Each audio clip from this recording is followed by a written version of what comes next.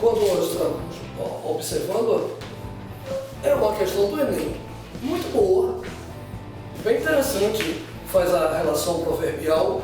O Enem usava muito a questão desse tipo. Uma outra interessante também é a questão 9. Ele traz um texto, uma charge, contexto não verbal e verbal, e bem interessante, nós até conversamos muito. A figura que está sendo representada pelo Sem Terra, até gordinho, bem interessante, ela precisa haver muito bem cuidado com as figuras apresentadas, e nós conversamos muito, inclusive eu, porque eu achei que a figura estava feliz. Tinha uma possibilidade de, se não riso, mas de não tristeza. E essa interpretação que foi dada aqui, nós discutimos um bocado, ela poderia levar a um outro tipo de interpretação, embora que a conjugação dos textos levaria à resposta adequada. Se você comparar o nível da prova do terceiro, eu não sei como é que vai vir do primeiro, porque não foi feito ainda, mas se você pegar do ano passado, a de mais nível, eu estou querendo dizer nível no sentido de grau de dificuldade, é maior do primeiro ano. Ou seja, não é progressiva, é regressiva. O SSA não surpreendeu em relação ao tema da redação, já que trouxe o tema a ciência e esperança no futuro, né? Quer dizer, um tema tanto quanto mais subjetivo, né, se comparado ao tema do Enem, né? Foi um tema mais voltado para a questão social. Os textos de apoio, né, foram 2 textos, um verbal e um não verbal.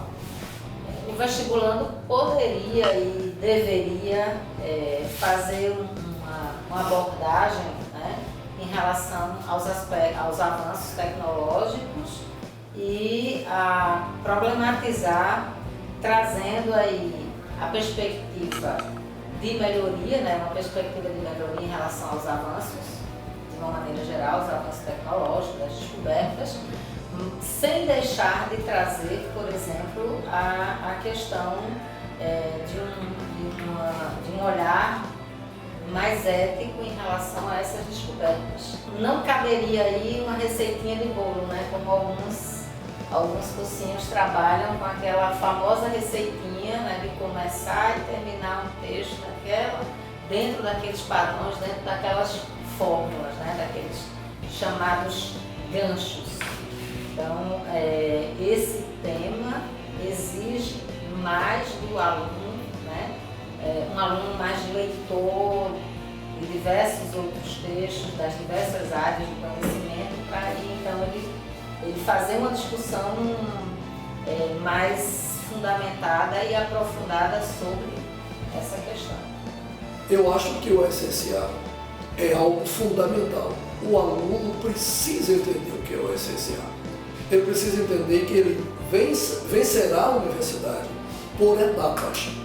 Então, o aluno que tiver essa consciência de estudar bem cada ano, ele estará na universidade sem dificuldade. Se o aluno, né, observou bem o trabalho que foi feito de revisão ou o trabalho que é feito ao longo dos anos com questões do SSA, né, que se repetem em relação à estrutura, ele não se surpreendeu com a prova, né, se preparou e conhecia aí o caminho das pedras no sentido da estrutura dessas questões, né, que no geral não foram difíceis.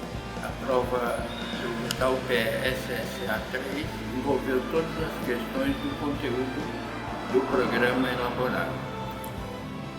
42% foram das questões do ensino fundamental e 58% do ensino médio.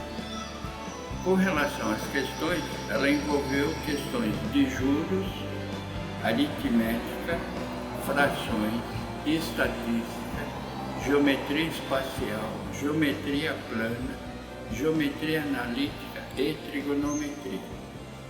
Com relação às classificações das questões, 33% foram questões fáceis, 50% questões médias, e 17% questões difíceis.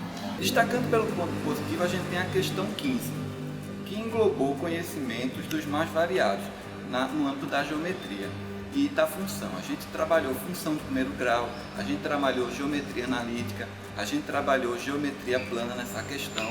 E aí a gente tem uma conversa entre conteúdos de ensino médio e fundamental na questão, né? E aí a gente dá um ponto positivo para ela por todo esse contexto que ela agregou. E a gente destaca negativamente também a questão 22, que foi uma questão onde o enunciado dela não deixava muito claro. Então o aluno tinha uma dificuldade para ter esse entendimento sobre o enunciado e teve dificuldade para a execução dela, né? Ela não deixava clara se o espaço amostral era composto por todos os algarismos ou só pelos algarismos primos.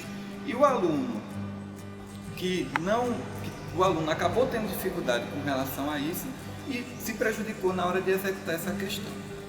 Em relação à prova de espanhol do SSA 3, a gente viu que segue a mesma estrutura básica como do ano passado. Foram 3 textos jornalísticos, bastante longos, foi uma prova cansativa que exige do aluno a releitura para a resposta de cada uma das questões. Algumas questões, o enunciado era bastante confuso, o que induzia ao erro, certo? Dificultava um pouco para o aluno. Com relação à exploração, essencialmente foi explorada a interpretação textual. Apenas uma questão abordou um aspecto gramatical relacionado com a pontuação e análise oracional. No entanto, a gente não vê essa questão como positiva porque não abordava aspectos de conhecimento específico da língua espanhola. Eram aspectos gerais de gramática, de pontuação. Certo? Então não era uma coisa específica da língua espanhola. Esse é um aspecto negativo porque não valoriza o estudo da língua espanhola em si. Um aspecto positivo foi a interdisciplinaridade presente na questão de número 27, que o aluno tinha que associar seus conhecimentos de geografia, conhecimentos de mundo, com o conteúdo do texto 1, que falava sobre solstício de verão e de inverno. Então, era necessário esse conhecimento, essa conexão. Isso é positivo. Outra coisa positiva também foi os textos que abordam temas atuais, como o meio ambiente e também a delinquência no mundo virtual. Então, esses aspectos a gente destaca como positivo e como negativo é essa falta de especificidade do conhecimento da língua espanhola. A prova, de forma geral, foi de mediana a difícil, exigindo bastante concentração do aluno. Como ele tem trabalhado bastante interpretação textual, muitos textos, muitas questões abordando o texto, a discussão sobre o texto, de conhecimento do mundo e da cultura espanhola, hispano-americana, creio que foi positivo e ele se saiu bem nessas abordagens. A prova de filosofia do terceiro ano do SSA para 2016 foi uma das mais bem feitas provas que nós tivemos nesses últimos anos de apresentação do SSA. Uma prova que conteve e muito bem todos os itens da programação. Na verdade, para o nosso aluno, ficou claro que aqueles testes que a gente resolveu em sala de aula sobre os assuntos filosofia política, liberdade, cidadania, democracia, o paradigma da modernidade, com principalmente filósofos René Descartes, mostraram que valeu a pena todo o nosso esforço. A prova estava num bom nível, eu diria mediano, sem questões difíceis em excesso, que privilegiou o aluno que estuda. Isso é que é bom. E você que estudou está de parabéns. De parabéns também à banca examinadora da UPE, que soube acertar muito bem a prova de filosofia desse ano. A prova da UPE referente ao SSA do terceiro ano, ela não apresentou surpresas. Foi uma prova toda contextualizada, com 5 questões referente à parte gramatical e 5 questões referente à compreensão e vocabulário. E dentro do que foi apresentado na prova, a prova atendeu a prova contemplou plenamente todo o conteúdo exigido no ensino médio. Agora, merece uma ressalva algumas questões. A questão 31 da prova, o item 1, onde ele coloca duas palavras que as palavras em si, elas já têm sentidos opostos. E na análise do gabarito enviado pela universidade, ela não considera o sentido dessas duas palavras como sentidos opostos. Então, voltando ao texto, eu observei que essas duas palavras, apesar de terem significados opostos, elas estão em funções diferentes. Uma na função de adjetivo e outra na função de verbo. Mas mesmo estando na função de adjetivo e verbo, os significados terminam dando sentidos contrários. Então, essa questão realmente, essa questão número 1 aí, eu acho que ela deixou a desejar na elaboração dessa questão, certo? Ainda nessa questão também, o item 3, onde ele considera como a expressão fellow. Fellow significa companheiros, camaradas, semelhantes, e aqui ele dá como idosos, cidadãos idosos. Também me reportei ao texto, não é? E mesmo lendo o texto várias vezes, também não associei muito a este significado. Então, é uma questão que merecia uma revisão dessa questão. Outra questão é a questão 32, que é uma questão gramatical sobre emprego do pronome relativo. Então, ele coloca como destaque o pronome relativo which, que significa que, né?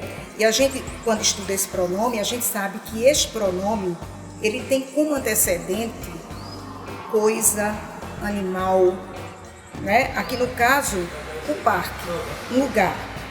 E depois o verbo, porque o which nessa frase aqui, ele está na função de sujeito. Então ele pede que o aluno aponte entre as alternativas apresentadas um outro pronome que poderia substituir este relativo. Nessa mesma questão ainda, numa segunda frase, ele coloca o pronome relativo who, que significa que, quem, né? O who, ele tem como antecedente uma pessoa. E nesta frase aqui, como ele está antes do verbo, ele está na função de sujeito. Então, o professor dá como, a faculdade dá como resposta correta a letra A. Realmente, o det ele pode substituir who, pode substituir whom e pode substituir which. Agora, ele não pode substituir esses pronomes se antes desses pronomes, no caso, antes do which e antes do who, tiver vírgula ou preposição. Você pode observar aí que a frase aqui está entre vírgulas, não é isso? Então aí já complica um pouco aí. As outras alternativas, em hipótese nenhuma, poderiam ser consideradas como correta, né? A letra B, de jeito nenhum. O whose significa cujo, cuja, não caberia aqui. Esse cujo, ele antecede um substantivo. E depois desses pronomes relativos vem um verbo. Então a letra B é totalmente errada. A letra C também não se encaixaria. E a gente analisando nenhuma dessas outras alternativas, a mais provável seria a letra A, porque realmente o that substitui o which e substitui who.